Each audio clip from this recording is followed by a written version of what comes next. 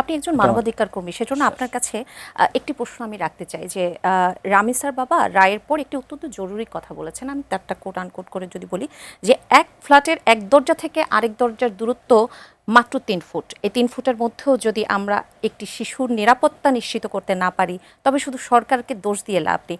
আমাদের এই যে সামাজিক ও নৈতিক অবক্ষয়, এই সমাধান কেবল আইনের কাঠামো প্রয়োগের মধ্যেই কি নিহিত?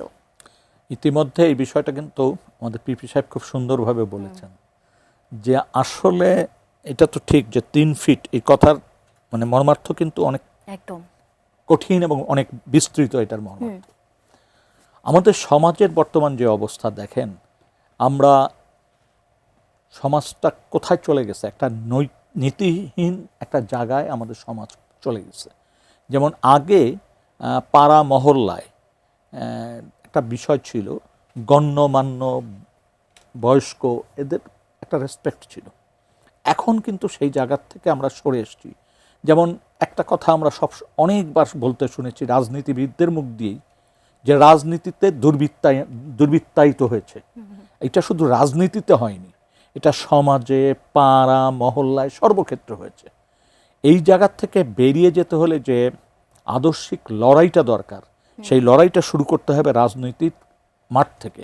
সেই লড়াইয়ের জায়গা কিন্তু এখনো সেই লড়াই করার মতো রাজনৈতিক সংগঠন এই মুহূর্তে প্রিপেয়ার্ড না, আমার কাছে যেটা মনে হচ্ছে।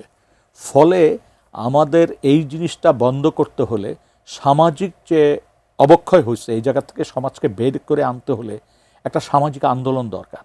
সেই সামাজিক আন্দোলনের জন্য ক্ষেত্রে একটা প্রস্তুতির ব্যাপার আছে। কিন্তু সেটা সামাজিক আন্দোলনটা ততক্ষণ পর্যন্ত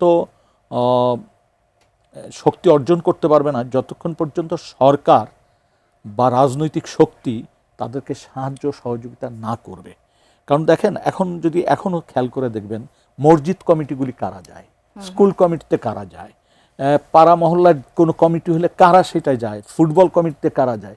দেখবেন সেই মানুষগুলো, যে মানুষগুলো আসলে সম্মান পাবার যোগ্য না। কিন্তু আপনার এখন তো দেখেন সম্মানটা কারা পাচ্ছে, শক্তিধররা পাচ্ছে। সম্মানটা কারা পাচ্ছে, চোখ রাঙিয়ে যে কথা বলতে পারে, যে নিয়ন্ত্রণ করতে পারে, যে চাঁদা উঠাতে পারে, এই মানুষগুলো। এই জায়গার থেকে